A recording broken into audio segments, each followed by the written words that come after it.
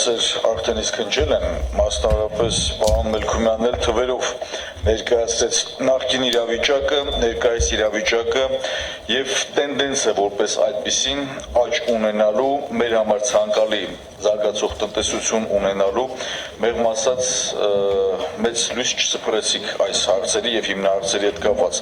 Հիմա նախարարության անունը վերանվանելով տնտեսական զարգացման եւ ներդրումների հետ կապված,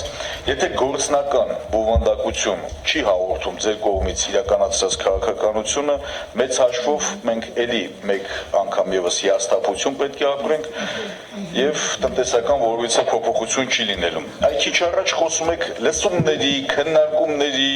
նիստերի, զեկույցների, վերլուծությունների դրա պակասը որպես այդպիսին տնտեսության հետ կապված երևի թե երբևիցե չի եղել, բայց գործնական տեսքի մենք երբեք կարողանալու ի վերջո բերել։ Դուք մատնանշեցիք 15 ծրագրեր, որոնք որ մշակել են նախարարությունը, որոնցից 4-ը այլ նախարարությունների գործառույթները որպես այդպիսին եւ փոխանցելու եք այլ նախարարությունների եւ առաջինը մատնանշեցիք, որ փոքր եւ միջին բիզնեսի զարգացման հետ կապված հենց ծրագրերը իրականացնելու։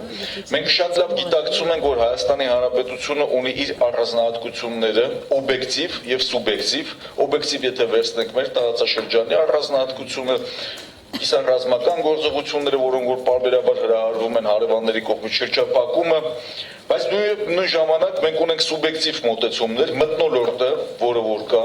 հարկային կոշտ քաղաքականությունը գերարչություն չի ապահովում Հայաստանի Հանրապետությունում ներդրումներ իրականացնելու եւ ապահովելու։ Եվ կուզենայի այդ 11 հիմնական ծրագրերն, որոնք դուք ձեր նախարարությունը պետք է իրականացնի, ի վերջո դուք որը կառանձնացնեիք, որը որ հիմնական ամենագերակա եւ շարժիչ ուժը պետք է դառնա մեր երկրի տնտեսությունը զարգացման հետ կապված եւ ինչն է հիմնական խոչընդոտը, այդքան վերլուծելու, քննարկելու դուք ի վերջո ոլորտի նախարար լինելով հանդերձ չեք կարողանում առանցքային մատնանշել, որ այս է խնդիրը, մեր հիմնական ճշնամին կամ պատճառը, որ մեր երկրի տնտեսությունը չի զարգանում։ Խնդրում եմ մատնանշեք շատ ավելի կոնկրետ, շնորհակալություն։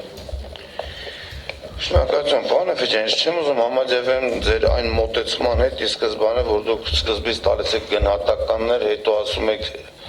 մենք ասում ենք, որ կվերլուծենք, կանենք եւ վերջում էլ ասում եք, ասեք որն է, միջև չվերլուծենք, առանց վերլուծություններ չեն կարող ասել։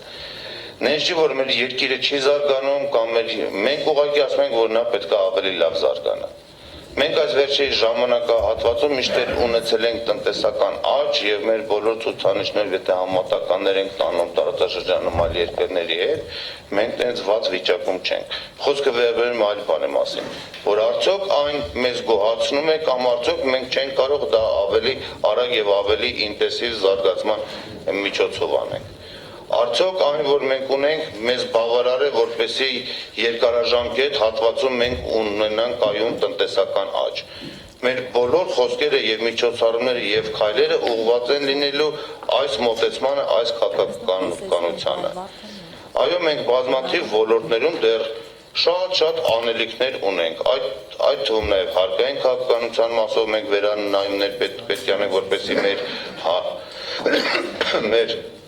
հարկային համակարգը եւ հարկային բեռը մեր դարձնի տարածաշրջանում ավելի մրցունակ եւ գրավիչ ներդրումների համար եւ մնացած բոլոր ոլորտներում։ Իսկ մանրամասների համար կա բազմաթիվ վերլուծություններ, մեր կողմից նաեւ կա հրապարակումներ համերգրավչության մասին, թե ինչով ենք մենք առավել, ինչով չէ։ Եթե մենք ուղղակի մի ազգային ժողովում դնենք ու այդ բյուջետային քննարկումների ֆորմատով այդ ամբողջը քննարկենք, ես պատրաստ եմ եւ ուղղակի ժամանակի մասով։ Ուրեմն պարոն Մանուկյան, ասեցիք, լսեցիք, ինչ եք ճղայնանում, հանգիստ, ինչ կա ճղայնանել, պարոն Էֆիջյան, խնդրեմ արտակարգյալ։ Շնորհակալություն, պարոն Գարյան, իրականում ես ցանկանում եմ, որ այս ամբողջ վերլուծականը Մենք բովանդակություն ստանալ եւ շատ ավելի կոնկրետ մատնանշեիք 1, 2, 3 քայլերի առաջնահերթություններ, որոնց պարագայում բեկումնային փոփոխություններ հնարավոր կլինի մտցնել։ Իսկ տարածաշրջանի հետ կապված, պարոն Կարան, մենք բազմաթիվ օրինակներ կարող ենք բերել, որ մենք գնալով ավելի մեկուսանում ենք եւ մեր տնտեսական վիճակը մեր հարևան պետությունների հետ համեմատելով եւ համադրելով լավ վիճակում չի հայտնվում։ Իսկ մեր երկրում կայուն աճ կա, արտաքին պարտք կայուն աճում է։ Շնորհակալություն։ Պարոն Էֆեջյան, ես բազմաթիվ անգամ այսօր իմ պատասխաններում թվարկեցի բոլոր այն ֆունդամենտալ առումով, էլի բոլոր այն քայլերը, որը որ հերթականությամբ մենք պետք է անենք։ Ես գլոբալ առումով թվարկեցի, եթե անհրաժեշտություն կա ավելի մանրամասնենք, թե որ օրենքն ենք վերանայելու կամ ոնց ենք վերելու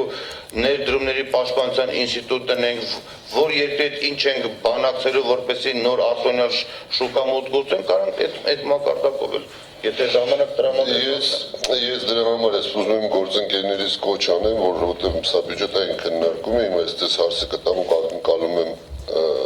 հստակ պատասխան։